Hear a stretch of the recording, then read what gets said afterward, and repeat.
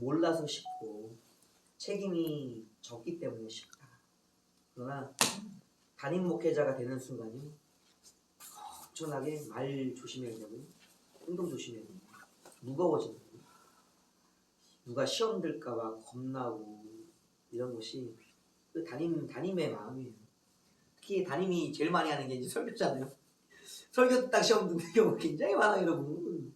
그러니까 우리가 설교를 들을 때 은혜를 받아야 되는데 시험을 받는다. 참 묘한 일이 있는 거예요. 그래서 설교할 때요. 이 설교니까 오늘 저기 뒤에 보면 이제 할게 설교예요, 설교. 이 설교라는 부분은 우리가 이제 목회자들이 가장 많이 하는 부분이 설교잖아요. 설교가 쉬울까요, 어려울까요? 가장 많이 하니까 쉽겠죠? 어려워요. 가장 많이 하는데 가장 어려운 게 또 설교예요. 다 어렵대. 다 쉽다 그러죠. 근데 설교가 왜 어려우냐? 영생을 전해주는 말이기 때문에 그래요. 그러니까 뭔가를 학문적인 어떤 것들, 내 경험적인 어떤 것들을 이야기하는 게 아니라 영생을 주시는 하나님의 말씀을 담아내는 것이 이제 설교이기 때문에 그 안에 영적 약속이 있다고. 영적 약속, 영원한 세상의 약속. 이 설교가 어려운 얘기 이제 보이시죠? 이거 설교 일단은 그래서 설교에 대한 이제 이해가 있어야 돼요. 그래서 이해는 설교에 대한 이해라는 것은 뭐냐면 이것이 하나님의 말씀이다. 아까 껐나? 너무 나오고 있는 거죠? 껐네. 끄고서 지금까지 얘기했습니다. 아니 녹화 안 됐겠는데? 되고 있었어요? 아니 소리가 안 들어갔을 것 같은데? 그래 들어갔어요? 마이크도 끄고 얘기하고 있었어. 아니 난 참 이렇게 어설프게 얘기하고 있어요. 그래서 설교가 제일 중요한데 목회자에서는 그 설교를 우리가 이제 이해하고 설교해야 된다. 그 이해의 첫 번째는 뭐냐면 하나님의 말씀으로서의 이해가 있어서 설교해야 된다. 하나님의 말씀 이것은 영생의 말씀, 영생. 너 왜 설교해? 얘기할 때 기본적으로 설교자는요 영생을 얻게 하고 싶은, 영생을 전해주고 싶은 마음이 그 안에 있어야 돼요. 왜냐하면 자신이 구원받은 자, 영생을 얻은 자이기 때문에 영생의 말씀을 그들에게도 구원받기를 원하는 마음, 이 구원이에요. 구원. 영생과 구원을 그 마음속에 갈망하면서 그들도 나처럼 구원받고 영생을 얻기 원하는 그런 말씀으로 전해줘야 된다. 두 번째는 무엇인가? 두 번째는 기록되어진 말씀이라는 것을 우리가 이해해야 돼요. 기록의 말씀, 기록된 말씀. 이 이야기는 뭐 다른 여러 가지를 할 수 있지만 기록되었다는 게 뭐예요? 그것은 그대로 전해져야 될 이유가 있기 때문에 기록을 하는 거예요. 그냥 이렇게 전해도 되고 저렇게 전해도 되고 그러면 말로 해버리면 돼. 그럼 이것이 사람마다 다를 거 아니에요? 그러나 그러면 안 돼. 그래도 변하긴 변화도 해석이 되어질지라도 요 원칙 안에서 이 말씀 안에서 우리가 해석할 수 있고 전할 수 있는 거야 라는 기준을 정해놨다고. 그게 이제 기록된 말씀의 의미인 거예요. 그러면 기록된 말씀은 그러면 1번은 그냥 그대로 기록된 그대로고 기록된 말씀은 기록된 그대로 줍니다. 그래서 이 말씀을 이제 생각을 잘하면 두 가지 정도의 말씀을 생각하면 하나님의 말씀은 영생의 구원의 말씀이다. 이걸 듣는 자들이 그렇게 되기를 원하는 마음. 그리고 기록이 되어 있으니까 그 기록된 내용대로 그대로 전하려고 하는 그런 마음의 태도가 이해가 있어야 된다. 또 하나 뭐냐면 이게 영의 말씀이잖아요. 영의 말씀. 영의 말씀이니까 뭐예요? 영감되게 전하려고 하는 거예요. 영적 감동을 기대해야 돼요. 세 번째는 영감의 말씀.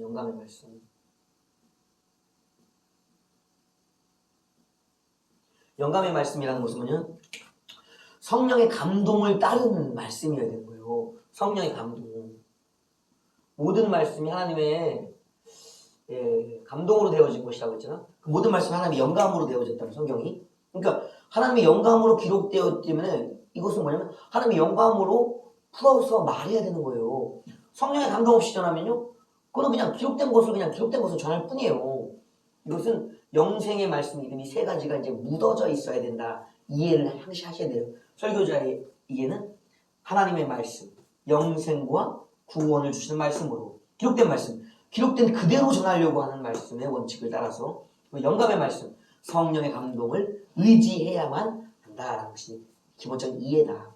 그럼 이해 속에서 이제 뭐가 나오냐면요, 설교가 나오기 시작하는데 어떤 설교가 나올까요? 설교 여러 형태가 있어요. 종류, 형태들. 일단은 받은 자에게서 가진 것이 나오거든요. 그러면 첫 번째, 이제 지식의 말씀의 은사들을 받은 사람들이 우리가 많잖아요. 목사든 지식의 말씀들이 다 기본적으로 있습니다. 그렇기 때문에 지식적으로 잘 정돈되어 있어요. 그분의 설교와 그분의 가르침을 들으면요, 너무 그냥 건물 짓듯이 그냥 촉촉촉촉촉 세워져 가는 이해가 있어요. 그게 지식의 말씀을, 은사를 받은 사람들이에요. 그래서 지식적인 형태의 설교가 있어요. 지식의 설교가 있어요. 들어보면 금방 알아요. 특히 이제 이런 부분을 설교를 하시는 교수님들, 우리 이제 그 목사님들 중에도 교수님들이 계셔요. 몇몇 분들 이름을 들지는 않겠습니다. 그런 분들 설교 들어보세요. 굉장히 그냥 신앙적으로 탁 정리를 해주죠. 1, 2, 3. 지식의 설교, 지식이 아주 그냥 이 설교를 통해서 뭘 얻을 수 있을까요? 당연하죠. 쉽게 생각하세요. 쉽게. 지식을 얻어. 지식의 설교니까. 그러니까 체계가 잘 세워진다. 지식의 체계가. 두 번째는 어떤 설교냐면 이제 지혜의 설교가 있어요. 지혜의 설교. 이거는 어떤 얘기냐면 어떤 분들의 얘기를 들어보면 이 얘기, 저 얘기 막 두루 꺼내 지식을 전해주는 건 아닌 것 같고 삶을 살아가는 여러 가지 이 얘기들을 하는데 뭘 들으라는 얘기지? 하는 생각이 들 때가 있다고. 그 얘기가 뭐냐면요, 삶의 지혜를 이야기하는, 삶의 지혜. 그러니까 우리가 지식과 지혜는 구분이 되어지는 게 뭐냐면요, 밥을 먹어야 되는 걸 가르쳐주면 그게 뭐예요? 그게 지식이에요. 밥 먹어야 돼. 안 먹으면 죽어. 이 지식이라고. 이 지식을 알았다고 그 사람이 살 수 있는 게 아니에요. 굶어 죽는 사람이 생긴다고. 그 지식, 밥을 먹어야 돼, 안 먹으면 죽어라는 이 지식을 뭐 하지 못했기 때문에. 풀어서 자기에게 적용하는 지혜가 없었기 때문에 그래요. 그냥 기억을 하고 있는 거예요. 밥은 먹어야 돼. 그래 살아. 끝? 굶어 죽는 거지 뭐. 이걸 어떻게 해야 되는 거예요? 내가 그럼 나도 먹어야지라고 바꿔서 하는 거예요. 이 지혜 설교는요, 삶이에요. 생활이라고. 생활, 삶의 정보라고. 지식이라고. 생활, 삶의 지식, 삶의. 그러니까 이 지혜자의 설교를 잘 들으면요, 어떻게 살아야지가 잘 풀려져요. 뭔 말을 들으면 바로 뭔 반응이 일어나냐면요, 이렇게 해야 되겠네, 이렇게 해야 되겠네. 적용이 일어나. 적용이. 그러니까 지혜자의 설교를 들으면서요, 사람들이 뭐가 하냐면 삶이 변해. 생활이 변한다고. 생활이. 그래서 목회자의 덕성에 있어서는요, 이 두 가지가 항상 기본이 돼요. 지식만 맨날 가르쳐보세요. 안 변해. 그래서 우리 어떤 목사님들 고민해보세요. 우리 교회는 왜 이럴까요? 우리 교회 성도들은 왜 이럴까요? 나는 뭘 잘못한 것이죠? 그 고민되는 게 뭐예요? 이 지혜의 설교가 그에게는 이제 부족하기 때문에 그런 거예요. 그래서 이것이 하나님이 주시는 은사예요. 은사. 글을 쓰시고자 하는 은사. 그래서 내가 지식이 있다면 지식을 적극적으로 활용해 가되 뭘 구해야 돼? 야고보서도 그렇게 말하죠. 지혜를 구하라고 하잖아요. 그러니까 그 지혜가 없으면 알아듣지를 못하기 때문에 살지를 못한다고. 그러니까 잘 정리해서 그 하나님의 말씀대로 살아갈 수 있도록까지 도와주는 거예요. 그러니까 지식과 지혜를 겸비하는 게 좋아요. 자, 일단 세 번째는 뭐가 있냐면요, 이제 임재의 설교가 있어요. 임재의 설교. 임재의 설교. 임재의 설교라는 것은 무엇이냐면요, 성령이 임하시는 일이에요. 그러니까 이걸 왜 구분했냐면요, 마귀도 성경에는 말씀을 가지고서 예수님 앞에 설교했어요. 예수님한테. 예수님, 제가 하는 설교를 들어보십시오. 시편의 말씀이죠. 나를 의지하는 자들을 천사들 보내 지켜주실 것이라 말씀하셨다. 예수님에게. 자, 뛰어내려 보시오. 그 발이 땅에 닿지 않도록, 다치지 않도록 천사들을 보내 지켜주실 것입니다. 하고 예수님에게 설교한 게 마귀예요, 여러분. 뭘 갖고? 기록된 말씀을 갖고. 근데 그 말씀에는 임재가 있었을까요? 없었을까요? 당연히 임재는 있겠지. 뭐 마귀의 영이 충만하게 임해 있겠죠. 그래서 기록된 말씀은요, 항시 뭘 품고 있냐면요, 그 안에 영을 품고 있다고. 근데 여기서 영분별이 일어나야 된다고. 똑같은 기록된 말씀을 쓰고 있는데 그 안에 그 말씀을 본래적으로 갖고 있던 하나님의 성품, 성령과 그리스도적인 성품이 있어야 되는데 이 말씀을 마귀적으로 귀신적으로 사용하는 사탄적인 영감이 있다고. 영감이 항상 담아내는 자에게서 나오는 거라고. 그러면 우선권은 뭐냐면 영을 가진 자가 선별하는 거예요, 여러분. 하나님이 그 말씀을 하셨기 때문에 천사들도 그 말씀을 순종해서 가져다가 알려주는 거고, 마귀도 하나님의 말씀을 가져다가면 지 감동대로 쓰는 거예요, 여러분. 그래서 기록된 말씀은 누구에 의해서 선택되어지는가? 그 영감자에 의해서 선택된 거예요, 여러분. 우리가 모든 성경을 읽는다고 성경 탁 피자마자 선생님 할렐루야 창출의 할렐루야 계시록 할렐루야 이렇게 읽지 않아요. 뭘로 읽어요? 뭘로? 글로 읽는다고. 문자로. 임재가 있냐 없냐가 구분이 되어진다고, 여러분. 어떤 임재인지도. 임재 설교 때는 성령이 임하신다고. 성령이 임하신. 이 성령의 임하심이 이 둘의 또 하나 변별점일 거. 갈라지는 게. 여기서 조금씩 갈라져 갑니다. 이 두 가지부터 좀 설명할게요. 네. 그 중요한 건 임재의 설교, 성령이 임하시는가를 지켜봐요. 그래서 이제 어느 정도 말씀이 목회자들이 이제 처음에는 막 공부하느라고 열심히 왔잖아요. 성경 몇 독하는 게 중요하고 신학 공부하고 대학원 가고 막 공부하는 게 중요하잖아요. 박사 되고 성경 한 몇백 독 하고 나면요, 말씀 알까 모를까요? 신학을 알까 모를까요? 그러면 이분들의 설교는 지식과 지혜, 삶을 살아가는 사람들이니까 여기에 붙잡혀 있나요? 이 단계에서 벗어나요. 누군가 설교를 딱 시작하면요, 제목하고 본문만 알아도 그 사람 하는 설교가 어디 안에 있어요? 이 설교자 안에 있어요, 목회자 안에. 그럼 뭘 들어야 돼요? 메시지를? 그때는 메시지 듣는 것에 대한 비중이 달라지는 거예요. 전에는 이것에 집중했다면 이것이 비중이 퍼센트가 자꾸 내려가. 요거는 한 20% 정도만 들어. 이상한 말을 하는지, 기록된 거가 다른 얘기를 하고 있는지, 지 얘기를 하는지를 듣는다고 이제 분별하면서, 아, 어디에 기록돼 있구나. 아, 저 말씀 잘 해석하네. 이렇게 듣는 부분이니까. 그러나 뭘 보는가 하면 지금 이 자리에 성령의 화답이 일어나는 걸 듣고 있는 거예요, 여러분.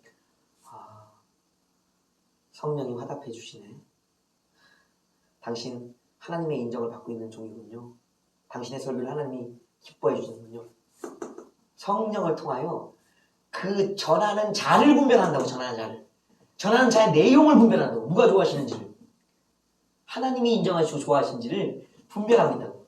이게 이제 어느 정도 목회자의 단계에 가면 임재로서 구분이 일어난다고. 임재가 없는 설교를 어떻게 봐야 돼, 그러면? 매의 눈으로 보게 된다. 매의 눈으로 보게 된다. 그래서 이게 중요한 거예요. 성령이 임하시면 은혜가 풍성하게 임하기 때문에 째려보지 않아요. 그냥 관용하면서 자비함으로 들어줘요. 여기가 중요한 거예요. 성도들은 마찬가지요. 은혜 없이 설교해봐요. 성령 없이 설교해봐요. 맹맹해요. 머리만 커진다고. 자기 자랑만 한다고. 이게 설교가 중요한 거예요. 임재적 설교가 그 설교 시간에 임재가 강력하면요, 겸손하게 들어요. 은혜롭게 들어요. 이 차이가 여기다. 성령이 임하시는 것이 설교에 가장 중요한 거예요. 모든 것이 그래요. 그 다음에 이제 뭐가 냐면 이제 은사적인 설교가 있어요. 은사적인 설교. 은사의 설교. 이 설교라는 것은 뭐냐? 은사자들이 할 수 있는 거예요. 우리가 이제 성령을 받게 되면 성령께서는 이제 하나님의 은사들, 예수님이 가신 은사들을 우리가 하나씩 주시거든요. 기본적으로. 근데 이 은사적인 설교에서는 문제가 뭐냐면 내가 받은 것을 이제 줘야 되잖아요. 또 그들이 받은 것을 일깨워 줘야 되거든요. 여기서 이제 구분점이 좀 생기기 시작해요. 그래서 그 설교를 들을 때 은사가 개발돼. 은사가 열려요. 그래서 이제 바울이 디모데를 이제 향해 편지를 썼을 때 내가 너를 다시 가서 안수할 때 그 은사를 이제 불일 듯 일으키겠다. 그것이 언제 받았던가 이제 장로의 기도회 때 너를 위해 기도해줬을 때 그들에게서 뭐가 있냐면 그들에게 있던 은사들이 디모데에게 전해지는 것이고 또 디모데에게 있던 은사들이 확 불일 듯 일어난다는 이야기를 그때 하고 있는 거예요. 바울이. 그러니까 어떤 사람은 안 믿는 사람이 있어요. 은사가 그거 어떻게 전해져요? 그런 사람도 있어요. 잘 생각해 보셔야 돼요. 우리가 쓰고 있는 은사는 누구에게 받은 거예요? 성령을 통해서 받았다고요? 그러면 이 성령을 통해서는 거슬러 가면 사도들도 그렇게 하고 있었고요. 예수님이 그렇게 쓰시고 계셨던 거예요. 그리고 선지자도 마찬가지고. 어디요? 하나님께 받은 은사를 선지자에 썼던 거고요. 예수님께서 가지셨던 은사가 사도들에게 베풀어졌던 거고요. 그 은사들이 성령을 통해서 오늘 우리에게도 이어지는 거예요. 뭐냐면 은사는 전해진다고. 누굴 통해? 성령을 통해 은사가 전해진다고. 예수님이 가지셨던 은사, 예수님이 자기의 은사 나만 쓸 거야 하고 딱 막아놓으시면요 성령이 전해줄 게 없어요. 안 그래요? 지식의 말씀이 풀리겠어요? 지혜의 말씀이 풀리겠어요? 능력이 풀리겠어요? 병고침이 일어나겠어요? 귀신이 쫓겨나가겠어요? 영분별이 가능하겠어요? 치리가 가능하겠냐고? 예언이 가능하겠냐고?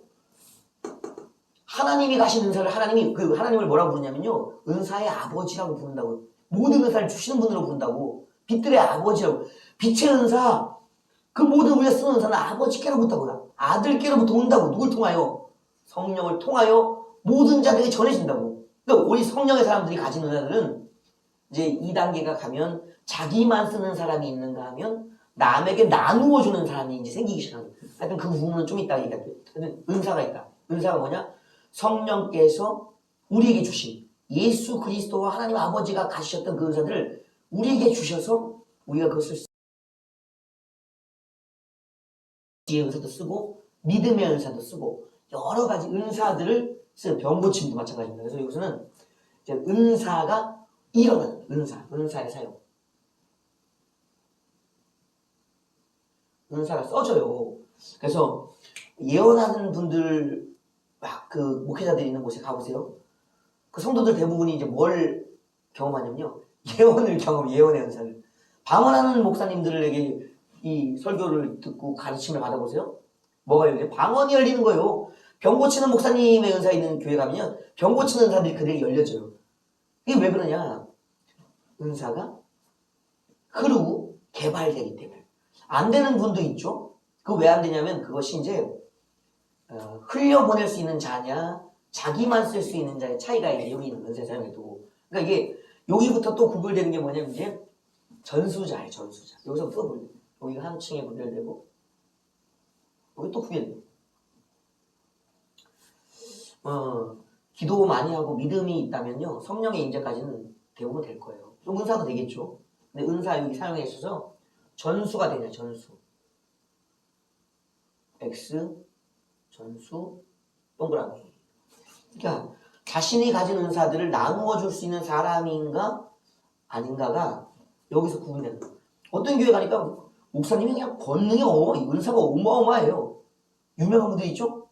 근데 그 교회를 자세히 살펴보세요. 그 목사님의 은사들이 교인들에게도 전해졌는가를. 그렇게 된 교회도 있지만 안 된 교회도 있다고. 그 얘기는 뭐냐면 전수가 안 되는 분이에요. 자기는 충만해. 능력이 이런데 성도들이 그걸 받지를 못해. 흘려보낼 수 있는 그런 은사자는 아니고요. 그래서 은사자가 두 부류 나눈다. 목사에게서는. 자기가 받은 은사의 은혜를 흘려보내는 자가 있고 흘려보내지 못하는 자의 구분이 이제 생기기 시작한다. 여기서 이제 이 구분이 뭐냐면 이 양육자가 이제 여기서 구별되어지는 양육자. 그래서 은사자서부터는 이제 뭘 봐야 되는가? 그가 은사를 전해주는 전수자, 양육자가 될 수가 있는가? 이런 부분을 봐야 된다. 그래서 우리가 은사를 이제 흘려보낼 줄 아는 자가 되어진다면 이 스승이 되는 거예요. 스승이. 그래서 영적 스승이 된다. 영적 스승. 여기는 이제 지식과 지혜의 스승. 이제 여기 성령의 임재를 일으켰던 스승들이 되고 여기가 은사의 스승들이 되어지는 거예요. 구분되어지죠. 이제 은사설교 다음은 뭐가 있냐면요. 그다음에 이제 성품의 설교가 있어요. 성품의 설교.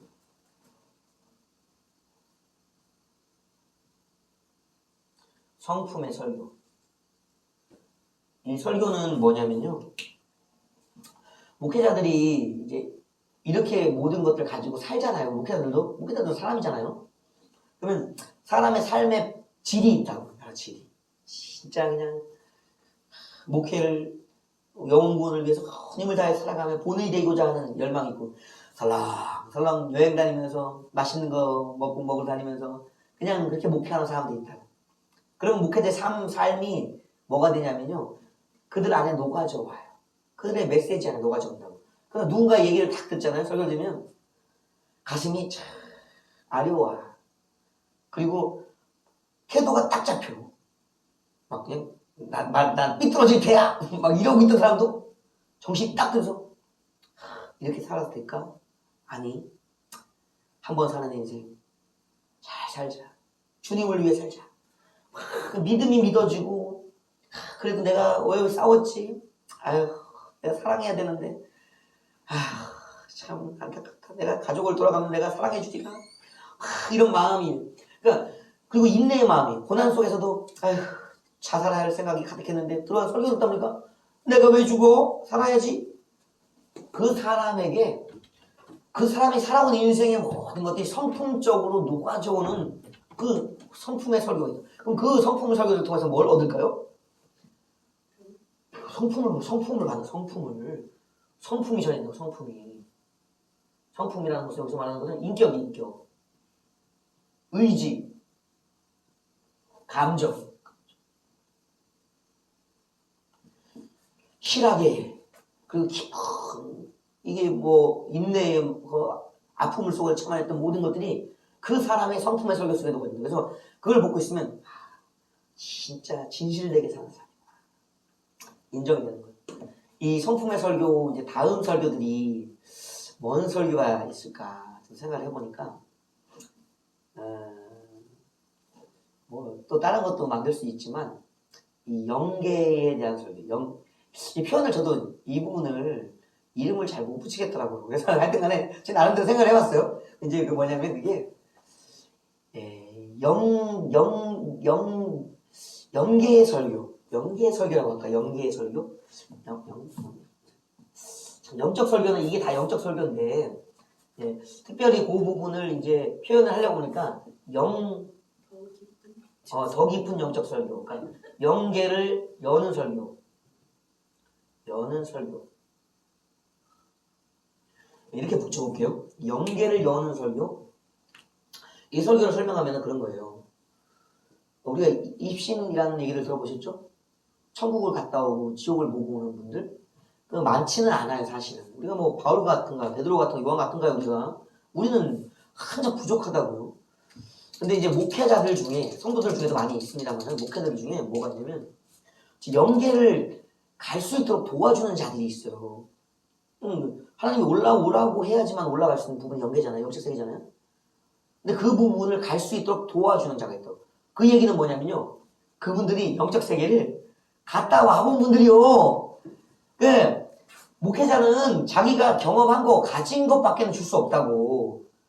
가지지 않은 걸 주려고 그러면 그건 소망이지 잘 되지 않아요. 간절한 바램만으로 되는 게 아니에요. 기도만 되는 게 아니에요. 자기가 가진 것을 나눠준 거기 때문에. 그래서 영계를 여는 자들의 설교를 들으면요. 영적 세계에 들어가요. 영적 세계를 경험한다고. 이게 영적 세계를 경험하는 거예요. 영적 세계를 경험한다. 영적 세계를 경험한다. 그래서 이제 설교를 이렇게 나눠볼 수 있겠습니다. 그래서 이렇게까지 나눠보면 이렇게 이제 세 부류로 나눌 수 있겠네요. 지식과 지혜의 말씀으로 우리의 삶의 안정적인 어떤 믿음적인 신앙의 삶들을 지도해주는 단계의 말씀들이 있고, 임재의 설교, 성령이 임하시는 설교를 통해서 그들이 영적 사람들로 바뀌어가도록 너희가 육에 있지 않고 영에 있니라고 얘기했던 바울의 말씀과 같은 그런 경험을 시켜서 이제는 육의 사람이 아니야. 이제는 야, 규범적인 사람이 아니야. 영의 사람, 성령의 자유를 체험하는 자들이 되어야 해. 바로 이것을 가능하게 해주는 임재의 설교들이 있다. 성령 임재 설교. 그리고 성령이 오셔서 우리에게 주신 은사들이 있는데 그것을 일깨워주고 또 지도자가 담임 목회자가 가졌던 은사들을 나누어줘서 은사가 하나밖에 없었는데 자꾸 2개, 3개 막 늘어나. 바울은 몇 개의 은사를 갖고 있었을까요? 로마서 12장, 고린도전서 12장에 나와 있는 은사들 바울은 다 알았다고. 설명했다는 것은요. 그것을 알았기 때문에 가지고 있기 때문에 그런 거예요. 바울은 풍성한 은사를 가지고 있었다고요. 예수님은 몇 가지 은사를 가지고 있을까요? 예수님은 모든 은사를 가지고 있었다고. 예수님의 은사는.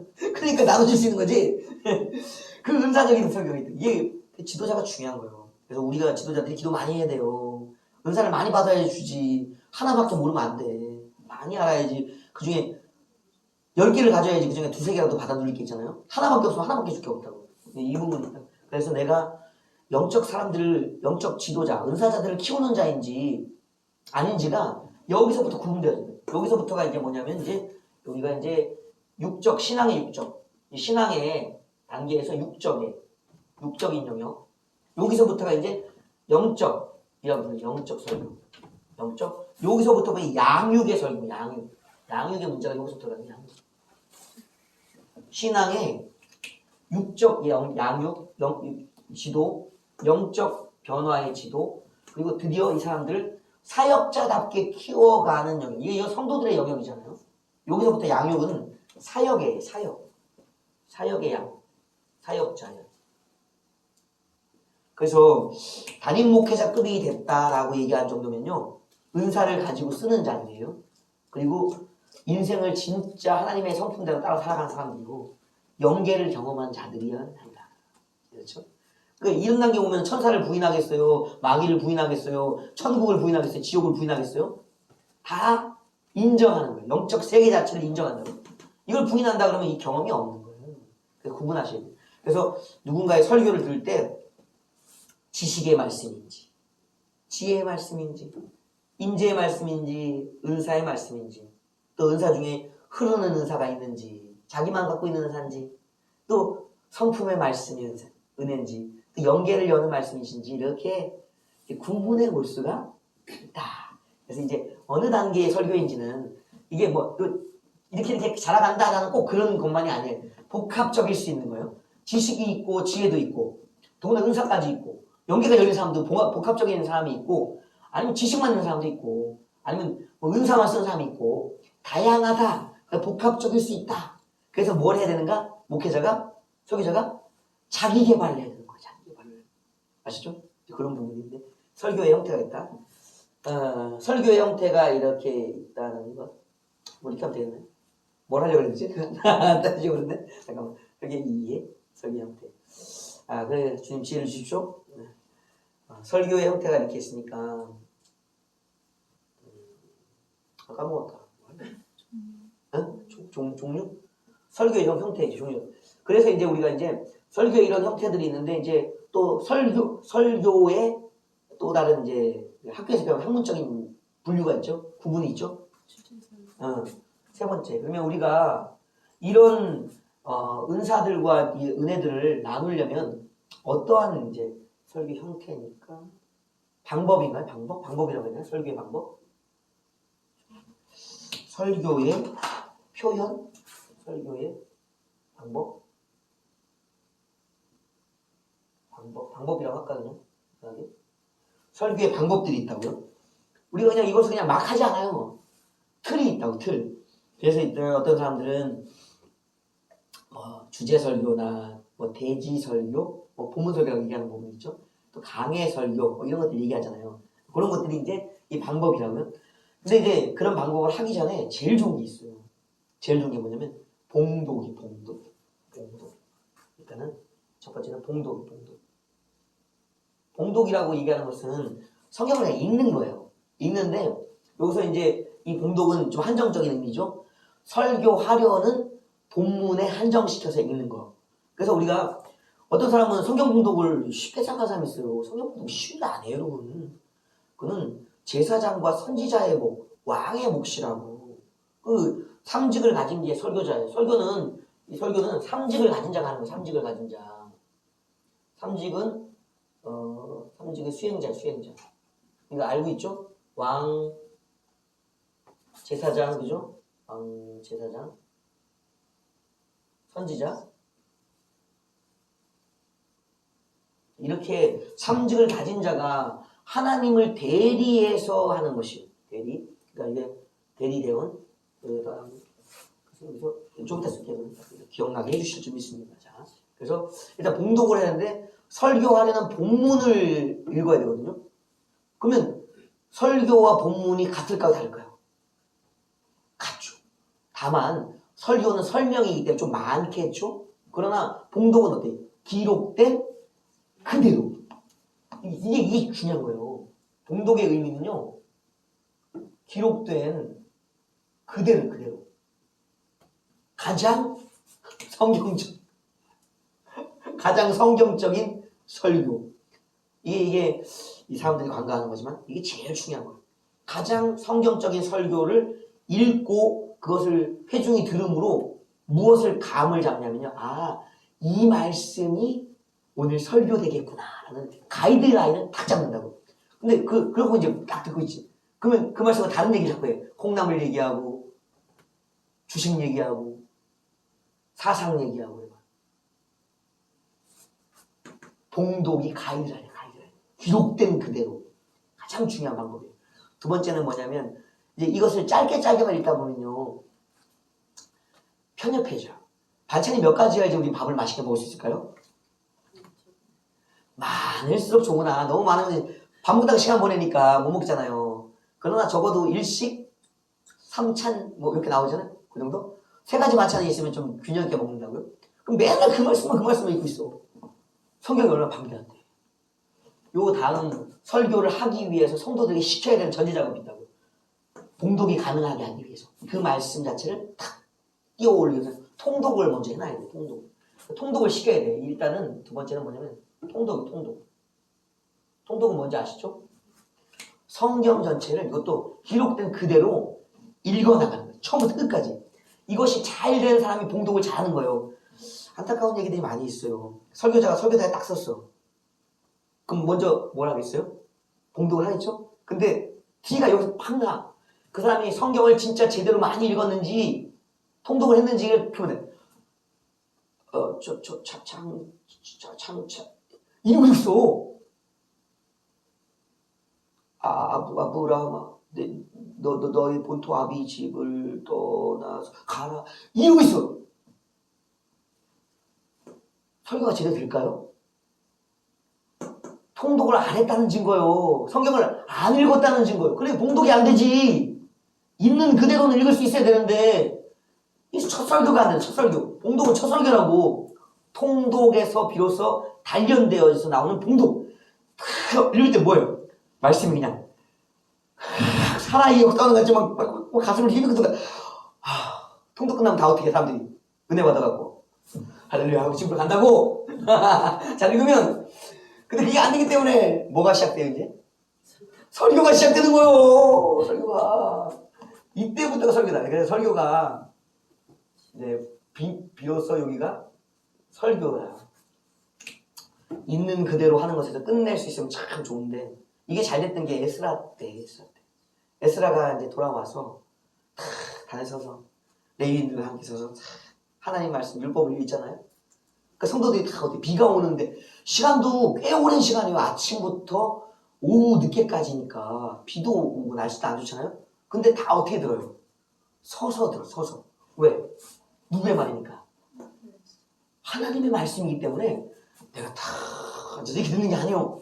서서 어떤 마음으로 서서 들을까요? 시내 산에서 임하셨을 때 모세를 통하여 선포하신 율법이다라고 이해하기 때문에, 하나님 말씀을 생각하기 때문에, 그 기록된 말씀이지만 이 말씀의 본래적인 의미, 살아계신 하나님의 생생한 인재의 체험의 말씀을 생각하기 때문에 설교 듣는데 다 서서 듣는다고. 이 설교를 듣고 나서 봐요. 울었다는 건 뭐예요? 이해하고 또 자기를 돌아봤다는 거예요. 봉독만으로도 뭐가 됐다는 거예요? 설교가 사실은 끝났다는 거예요. 이 정도가 돼야 되는데 이제 안 되니까 설교한다. 이제 들어라 일어나라 그러면서 이제 막 하는 거예요. 그래서 설교가 원래는 성도들의 수준의 교정. 그래서 통독을 많이 성도들을 시켜서 자기 이해가 되게 해야지 봉독만으로도 끝난다. 이게 잘 안 되기 때문에 이게 가장 어려운 단계입니다. 가장 기초적인 거. 성숙한 교회의 말씀의 교회 단계는 통독과 봉독만으로도 끝난다. 이제 좀 어린 성도들이 많기 때문에 설교를 해줘야 되는데 설교도 이제 여러 가지 설교가 있죠. 어떻게 설교할까요? 여기서 설명을 해야 되기 때문에 설명을 어렵게 하면 안 되죠. 이제 그래서 쉽게 해야 된다고. 그래서 그 쉽게 하는 게 주제 설교가 있죠.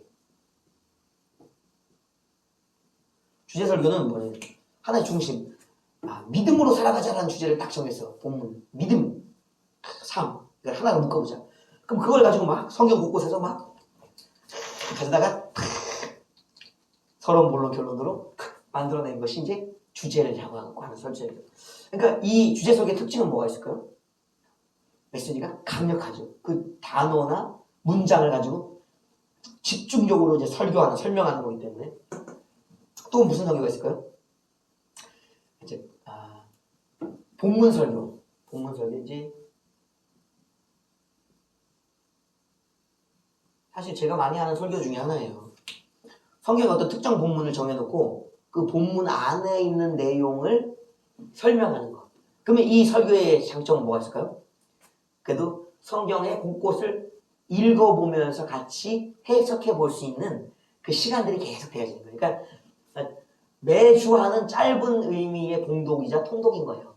세설이 깃들여진. 그러니까 성경을 성도들이 들으면서 읽어보면서 해석을 들으면서 알아져 가는 것이죠. 성경 자체를 알아가는 교수가 더 자세히 아는 방법이 있어. 이제는 강해 설교. 강해 설교 가면은 대부분 주무십니다. 여러분, 강해 설교는 할 수가 없어. 웬만해서는. 제가 마틴 로이드 존스 목사님이나 이런 분들 이제 로마서 강해나 이런 것들 하면 그러면 강해 설교를 어떻게 하면 할 수 있을까? 강해 설교 제가 그래서 적었어요. 얼른. 한 절 가지고요. 한 절. 깜짝 놀랐어요. 말씀이 넘어간다 보다. 한 절인데 페이지가 6페이지, 7페이지 막. 한 절을 가지고. 그럼 몇 절이나 읽을 수 있을까요? 그 한 절을 그냥 읽고 끝나는 게 아니고, 그건 설명이니까 그렇게 되죠. 그걸 가지고 설교를 하려면요. 한 절 가지고 1시간 하는 거예요, 여러분. 성경 언제 읽어요? 강해 설교해갖고, 이거는 아주 절을 풀어갖고 설명하는 거예요. 유익하죠. 아주 자세히. 그러면 이 강해 설교를 처음부터 끝까지 들었다. 그럼 뭐 할 수 있냐? 성경 박사 되는 거예요. 성경 박사. 아주 어렵다. 근데 성도님들은 주무신다. 그래서 목회자들이 제일 이제 하기 어려운 게 사실은 강해 설교예요. 강해 설교. 본문 설교는 우리가 제일 많이 하고 주제 설교는 너무 많이 하시고 대부분 설교는 이렇게 한다. 이 의미는 쉽게 알아듣게 하려니까 그래야지 이제 받아들이니까 하는 것이다. 설교 방법은 뭐 이 정도 됐습니다. 그 다음 방법이 무엇이냐? 이제 말만 해서는 우리가 몰라서 못 살까요? 우리 성도들 보면요. 10년, 20년 된 분들이 허다하고요. 일생을 믿어온 분들도 많이 있어요. 깊은 연조가 있다고. 근데 삶을 보면은 어떤 분들 보면은 닮고 싶다. 그러면 어떤 분들은 샥 돌리는 분들이죠. 이게 목회자도 마찬가지입니다. 말만 해서 성도들이 잘 따르지 않아요. 뭐가 있냐면요. 이제 설교가 몸이 있어. 몸 설교가 있어. 몸 설교. 이 몸 설교가 뭐냐? 이게 행위라는 삶이에요. 삶. 본을 보이라는 얘기 사도들이 얘기했죠. 본을 보여라. 억지로 하지 말고 성도들에게 주장하는 자세를 갖지 말고 주장은 이거예요. 해야 돼. 직접 본을 보여라. 네가 하면 따라할 것이다. 이게 가장 어려운 실천 설교거든요. 실천 설교. 그러니까 이제 우리가 이제 신학도 2가지, 3가지 뭐 나눌 수 있겠습니다. 여러 가지. 근데 대부분 학문적인 영역 아니면 실천 신학의 영역입니다. 실천. 그러니까 실천을 할 수 있는가? 몸의 영역, 몸 설교가 있다면. 또 뭐 이런 것들이 이제 대부분 하면 되겠네요. 이 몸 설교 안에는 행위와 삶이니까 핵심적인 것이 있습니다. 우리가 사도행전도 그렇고 이제 갈라디아서 요즘에 읽고 있잖아요. 거기 나왔던 교회들의 하나의 일치점들이 있어요. 몸설교는 주로 이제 뭘 해야 하냐면요. 가난한 자들, 고아와 과부들 이런 사람들이 구제를 해야 돼요. 나그네들 구제. 이 항목이 있습니다. 구제. 이것은 레위인들과 제사장들에게 주어졌던 의무이기도 했어요. 왜냐면 우리가 7년마다의 안식년이 있고 또 49년, 50년째 되는 해에 희년이 있잖아요. 그것만 있는 게 아니라 3년마다의 구제의 날이 또 있었어요. 7년을 기다리는 게 7년 중간쯤 3년에 너희들이 그때 모아뒀던 것을 가지고 레위인들도 먹이고 고아 과부들도 구해라 하는 이 구제는 성경 내내 예수님도 마찬가지예요. 구제하셨어요. 그 밤에 이제 유다가 나갈 때 사람들이 뭐 예수 팔러 나간다 이런 생각한 게 아니에요. 누굴 구제할 일이 생겨서 보내셨나? 이렇게 생각했다고. 그 얘기는 뭐냐면 예수님의 구제가 일상이 되었기 때문에 더구나 밤낮이 없을 정도 밤에 나가는데도 의심하지 않았다고요. 나를 팔자가 있다고 얘기한 다음에 나가는데도 의심하지 않았다고요. 예수님의 구제가 밤낮이 없는 구제의 삶이 예수님에게 있었기 때문에 제자도 그렇게 생각했던 거예요. 이 구제는 몸설교의 가장 기본입니다. 그리고 뭐가 하냐면 신방이 있어. 신방. 행위적인 중에 신방이 있어. 신방. 찾아가 주는 것만 해도 은혜예요.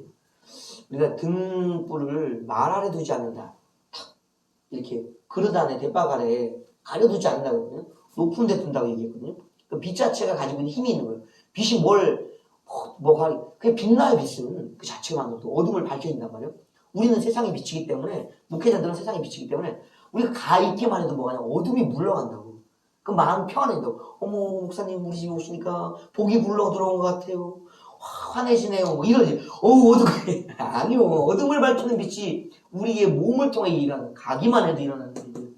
이것이 말을 안 해도 목회자들 만나는 사람 모든 사람이 위로를 얻게 되고 힘을 얻게 되는 것이 신방이나 이런 것들. 그래서 우리가 하는 모든 것들, 목회적인 행위의 모든 것들은 다 몸설교의 영역에 이제 포함시킬 수 있다. 특별히 행위적으로는 윤리적인 삶이 세상에 우리 안에 계신 예수를 드러내는 빛이라는 게 윤리 몸설교 정리하면 윤리라는 도덕이라는 덕성이 있는 이 삶이 이 안에 녹아져 있는 것이다. 설교는 이렇게 된다. 말과 행실로 해야 한다라는 것이 있어요. 그리고 또 하나가 이제 영적 부분에 우리가 이거 빼놓을 수가 없잖아요. 영이 갈 줄 알아야 돼요. 영이. 영의 설교 이 부분에 이제 이야기와 이어진 것인데 5번은 영적 설교. 이건 어떻게 하는가? 저 부분을 이제 말로 한 것이 설교 형태에서 영적 설교였다면 이건 영이 직접 가는 거예요. 여러분 바울의 고백도 한번 들어보실 필요가 있어요. 우리가 이제 은사를 체험하는 사람들에게 있어서는 해석의 폭이 넓어져요. 바울의 표현 중에 뭐가 있냐면 내가 몸으로는 너희를 떠나 있으나 영으로는 너희와 함께 있다라고 얘기하거든요.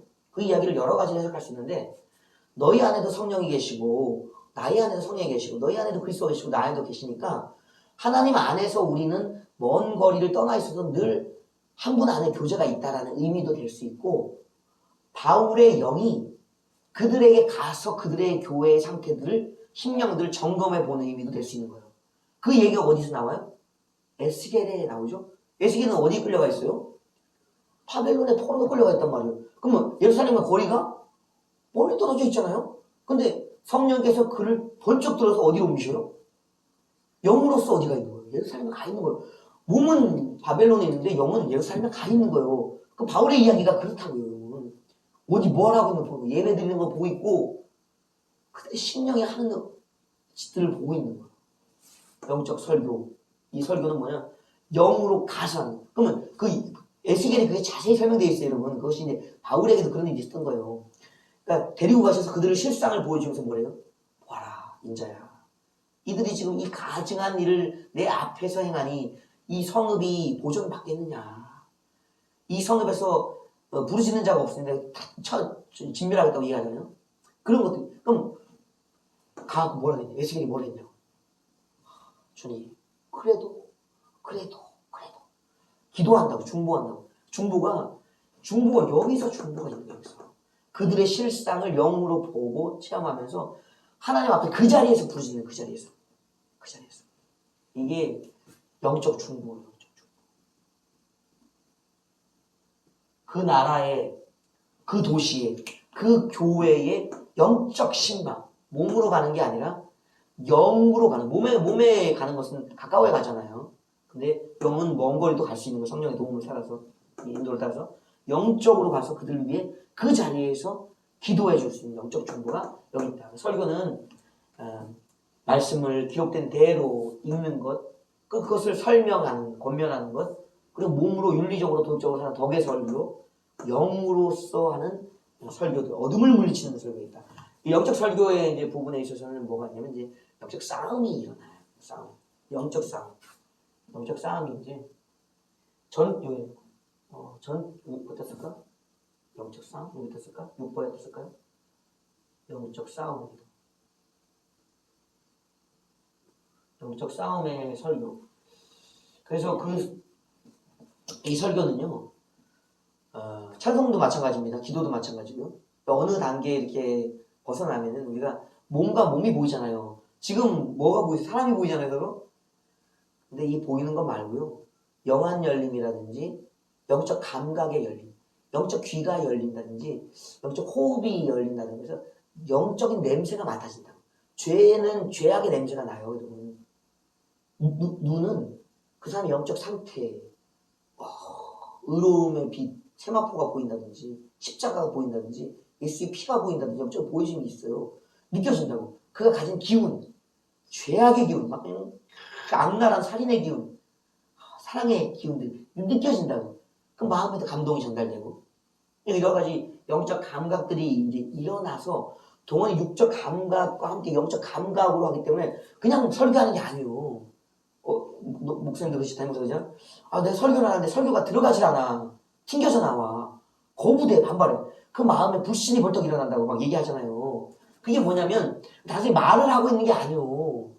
그 안에 있는 영과 지금 뭐예요? 하나님의 말씀과 성령의 권능으로 계속 그 영과 싸우고 있는 거예요. 우리의 불신, 무지들이 계속 일어나는 것을 설교자는 뭐 하고 있는 거예요? 계속 두드리면서 하는 거예요. 말씀으로 두드리는 거예요. 밟으면서. 그 싸움을 하는 게 영적 싸움의 설교라고. 진땀 나겠어요? 안 나겠어요? 이 설교는 쉬워요. 그냥 써서 가면 돼. 읽으면 돼. 살면 된다고. 모르면 돼.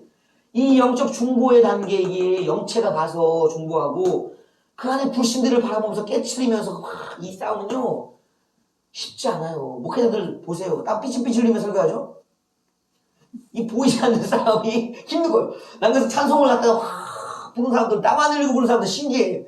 얼마나 단련했으면, 영육간에 단련했으면 땀 한 방울 안 흘릴까? 여러분, 레슬링 해보셨어요? 유도 해보셨어요? 격투기 해보셨어요? 왜 그들이 왜 벗고 갈까요? 쪄 죽어, 땀 때문에. 땀이 보세요. 얼마나 흐르는지. 격렬하다고. 영적 싸움이 얼마나 치열한 거가 나온다고. 이 죄송하지만.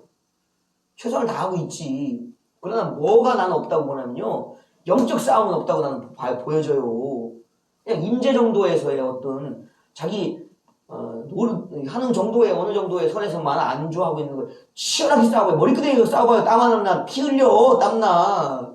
여러분 피 흘리기까지 싸우라는 얘기들을 2단계에 가 있다고 여러분. 고수가 돼야지 땀을 안 흘리는 거예요. 초보는 땀이 날 수밖에 없다고. 그래서 저 설교자가 얼마나 땀을 흘리는가, 얼마나 열심을 다해서 그냥 피를 토하고 있는가가 이 안에 나온다고 여러분. 그러면서 이 영적 설교의 단계에 가면요. 이거는 일단은 제일 처음에 만나는 게 무지와 불신과의 싸움이에요. 무지, 불신의 싸움이에요. 그 외에 다른 것도 많이 일어나는데 기본적으로 우리가 설교자들은 이걸 항상 생각해야 돼요. 내가 섰을 때, 설교가 섰을 때 성도들에게서 뭐가 나올 가능성을 생각해야 되면요. 할렐루야 은혜 기대하지 마시고 무지와 불신이 벌떡 일어날 거라 생각을 해야 돼요. 다 뭐하고 있는가 보면 자. 여러분 설교하다가 제일 많이 만나는 게 자요. 그리고 자. 그리고 째려봐. 그게 뭐 왜 저 사람 날 째려보네 그게 아니에요. 그 사람 안에 뭐가 일어나기 때문에 그 반응이 일어나요. 무지와 불신이 일어나기 때문에 관심이 없고 내 얘기가 아니고 대든다고 이게 막 대적한다고 이게 째려보고 막 그런다고. 아니요. 저렇게 못 살겠어요. 막 그런다고. 이게 강하면 강할수록요 설교를 영적으로 하고 아무도 대적을 안 해. 여러분, 설교가 약한 거예요. 두 가지 반응이 일어나요. 베드로의 설교와 스테반의 설교가 있죠? 그 영적 설교의 얘기. 베드로, 스테반을 잘 보시는 설교, 대단한 설교자들이에요. 이 얘가 베드로예요, 베드로. 첫 번째, 그 다음에 스테반이죠. 그 다음에 뭐 빌립 집사의 설교도 있어요, 빌립. 또 뭐 바울의 설교도 있습니다. 영적 싸움의 설교들의 반응들이 있다고, 이 얘들이. 베드로가 설교했을 때 뭔 반응이 일어났었어요? 3,000명, 5,000명이 회개하고 들어가. 회개. 이 회개는 쉬운 게 아니에요. 저기 예수 믿고 잘 사셔야 돼요. 아무 대답이 없어 사람들이. 왜? 관심이 없거든. 회개가 제일 어려운 거잖아요. 뭐가 움직이는 거? 그게 심령이 움직이거든요. 이 베드로에서는 회개가 있어요. 회개. 회심입니다. 회심. 이게 통곡이에요. 통곡. 우리가 어찌할꼬 마음이 그들의 마음이 무너진 거예요. 성벽이 무너진 거예요. 어떻게 하면 좋아요 하는 이 설교. 그리고 세례 요한도 마찬가지입니다. 설교했을 때 그럼 어떻게 해야 돼요? 나왔잖아요. 그런 설교들이 회개의 설교, 통곡이 쉬운 게 아니에요. 이게 영적으로 그들의 무지와 불신을 모았기 때문에 밟았기 때문에 허물었기 때문에 나오는 반이에요. 또 스테반 설교했을 때 보세요. 스테반 설교가 아름답죠? 참 들으면서 회개합니다. 통곡합니다. 통곡했어요? 돌을 던져서 죽였어요. 뭔 반응이 일어났어요? 대적. 이게 순교가 일어났다, 순교가. 그 안에 사람이 죽이고 싶어서, 사람이 사람을 죽이고 싶은 마음이 들지 않아요, 여러분. 그 전까지는 어땠어요? 스테반 뭐, 설교하기 전까지는. 친했다고. 설교를 하고 나서 스테반을 죽였다고. 설교가 일으킨 영향력이라고. 뭔 영향력이? 그 안에 무지와 불신, 그들 안에 숨겨져 있는 살인의 영이 뻘떡 일어나니까 그 일을 하게 되는 거예요. 순교하게 된다고. 이 순교자의 설교는 어려운 거예요. 설교하는 사람이 모를까요? 여러분이 째려보면요. 설교자는 금방 알아요. 여러분이 막 안 믿고 있잖아요? 금방 안다고. 빌립은요? 권능이라도. 귀신이 떠나고 병이 고쳐지는 권능이. 일어나는 설교마다 다 있는 권능이, 영적 설교는 권능이 일어난다고. 기적이 일어난다고, 기적이. 바울은요? 말씀이, 모든 교회를 향한 말씀이라니까. 다른 분들도 훌륭해요. 개인마다 편지들이 있잖아요. 바울은 23편, 24편이라고 하는, 13편, 13편, 14편이라고 하는 신약 성경의 절반을 기록하는 이 말씀이, 이 바울의 설교가 신약 성경이 된다. 설교가 성경이 된 사람이 있어요? 이 대단하다고, 이게. 그러니까 설교가 성경이 된다, 성경이 되는.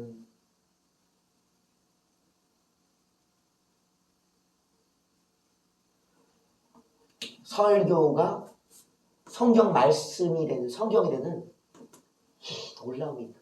그러니까 모든 세대가 이 말씀을 읽으면서 뭐예요? 신앙을 지켜가는 영역이 여기 열리는 거예요. 자, 그래서 설교는 여러 가지 방법들이 있다. 이 방법 중에 여러 가지 형태적인 방법도 중요하나 핵심적인 것보다 영적인 설교, 영적 싸움의 설교가 되어야 된다. 이게 돼야지 교회가 영적인 교회가 되어진다. 이 전 단계 하면 뭐예요? 지식과 윤리적인 교회의 감정이 굉장히 많아요. 구원이 한번 점검되어져야 돼요. 의심되어지는 영역이 이 부분. 우리 구원을 뭘 받아요, 우리가? 영을 믿어서 영이 받는 거예요. 영이. 어떤 분들은 그래요. 구원을 혼이 받는다고, 육이 받는다는 분도 있어요. 육이 받는다는 의미가 된다면 육이 안 죽어야 돼요. 들림 받아야 돼요. 그러나 우리는 죽고 뭐예요? 새 몸을 입잖아요. 새 몸을 입는다는 것은 옛 몸이 버려진 거예요, 여러분. 썩 없어졌다고. 새 몸을 그래서 받는 거라고. 그럼 새 몸을 받아도 안 변하는 거면 영은 안 변한다고. 혼은 그 영과 육 사이의 그 기능이라고. 이해도로. 그러니까 우리 영적인 부분, 영이 구원받아서 몸을 새롭게 입으면서 우리가 새로운 마음을 갖게 되는 혼의 영역이 새로운 몸을 받으면서 일어나는 영역이 있는 것이. 영을 구원하기 위한 영적인 말씀들, 마귀를 물리쳐내는 영의 말씀들 이렇게 할 수 있다. 그러면 이해도 됐고 형태도 됐고 방법도 됐다. 뭐가 있을까요? 그러면 할 때? 여기 궁금하신 거? 시간이 뭐 거의 다 되어가니까 설교에 대한 궁금증이 있으면 하나씩 얘기하시면 그거 설명을 좀 하고 이 정도면 됐잖아요. 뭐 설교 이렇게 하면 됐지 뭐. 이 설교도 쉬운 게 아니에요, 여러분. 이렇게 하기가. 자, 뭐가 있을까요? 번면의 말씀? 겉면의 설교? 아, 겉면의 설교. 아, 그 설교에 그럼 영향력이 있게 돼. 4번 영향력. 설교의 영향력. 중요한 걸 안 할 겁니다. 설교의 영향력. 설교라는 것이 그러면 과연 어떤 영향을 끼치는가요? 우리가 설교를 듣고 나면요. 반드시 일어나는 게 있어야 돼요. 이제 예를 들어서 이 구원과 영생의 말씀들을 성령이 임하시고 은사들이 임하는 성품이 임하는 이런 다양한 것들에 이해되었다면 그러니까 이런 것이 일어나니까 영향력이 있어야지만 내가 설교를 잘했다고 볼 수 있는 거예요. 그 설교의 첫 번째 영향력은 이제 겉면과 이해니까 첫 번째 믿음이 있어야 돼요. 믿음이 세워져요. 믿음이 세워진다.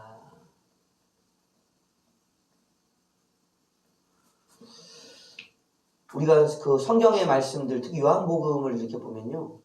마지막 장쯤에 그렇게 표현돼서 요한복음에 이 말씀을 기록하는 것은 예수 그리스도를 믿게 하기 위한 것이라고 이제 되어 있거든요.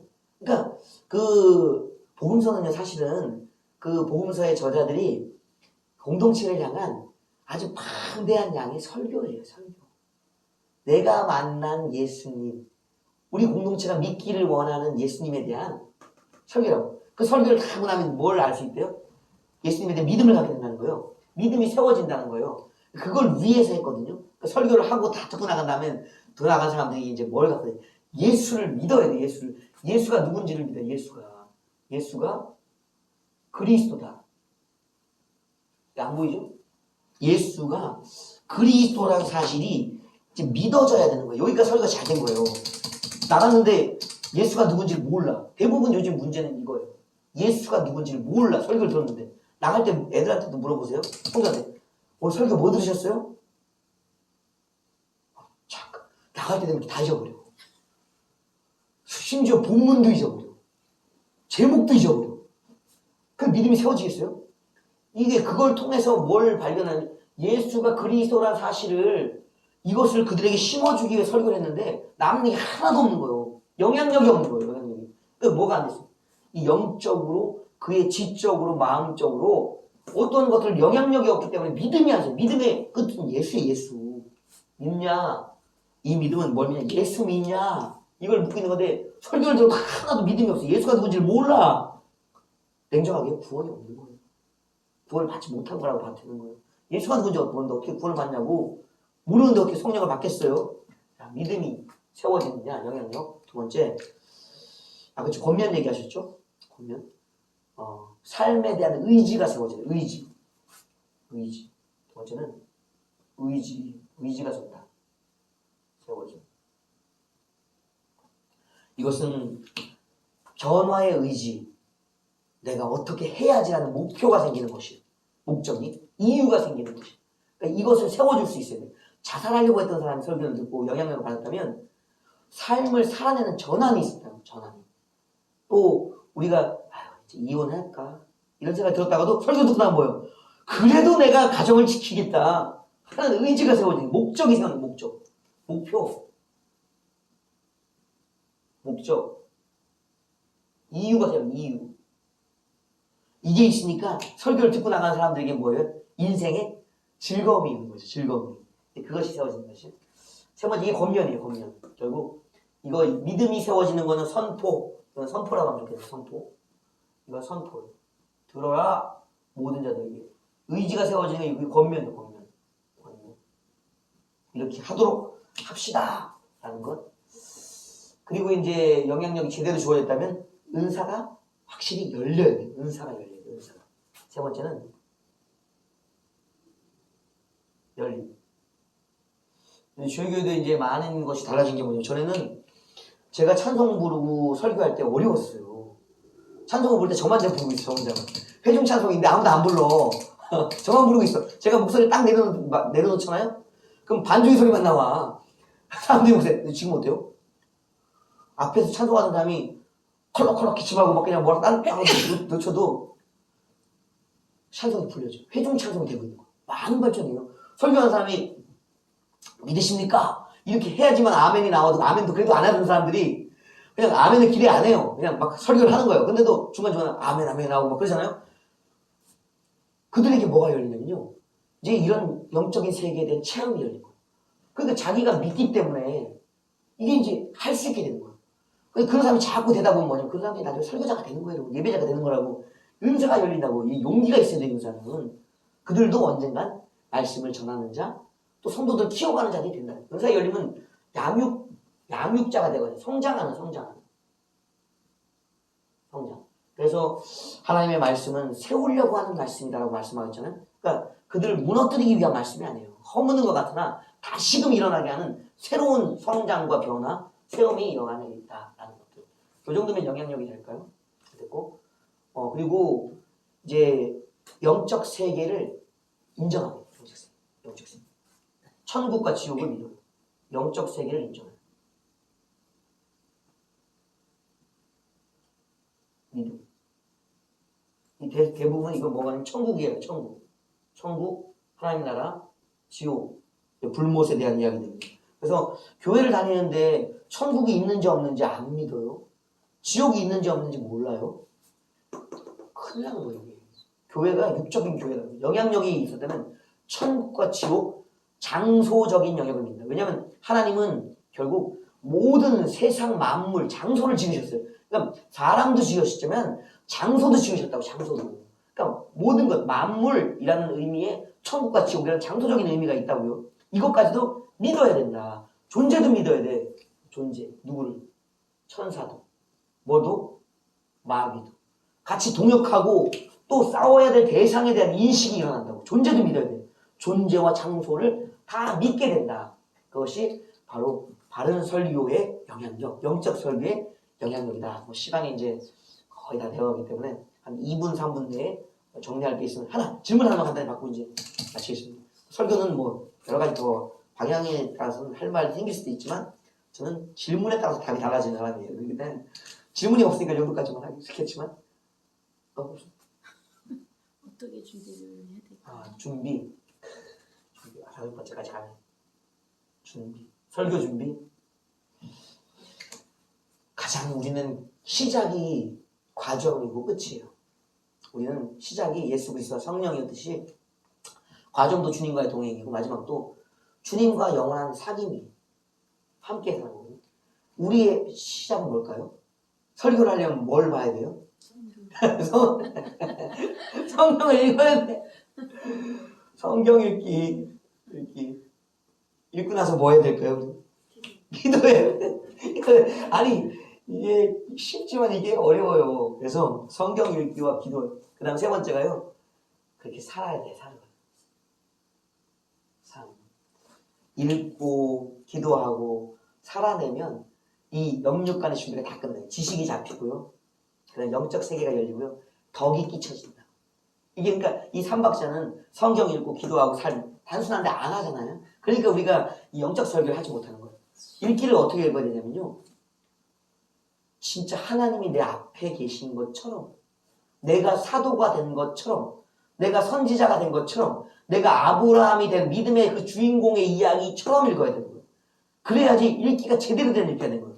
읽을 때 뭐처럼? 그 주인공처럼. 믿음의 사람처럼. 기도는 어떻게 해야 될까요, 그러면? 기도? 이 사람이 되기 위한 마음. 주인공이 되기 위한 마음. 삶은요? 성경에서 기록된 그대로가 내 삶에서 재현되기를 합니다. 주인공처럼. 이건 핵심은 모든 것을 어떻게 하면 그 이야기와 그 삶이 그 기도가 나의 삶, 나의 이야기가 되기를 원하는 마음. 그럼 우리가 누가 되는 줄 아세요? 그 순간에 이 준비가 되면요. 삼직을 감당하는 제사장, 선지자, 그리고 왕이 되어서 막 선포하는 거예요. 그게 이제 마지막 핵심. 내가 과연 그 사람처럼 그렇게 되기를 원하면서 읽고 있는가? 기도하고 있는가? 살아가고 있는가?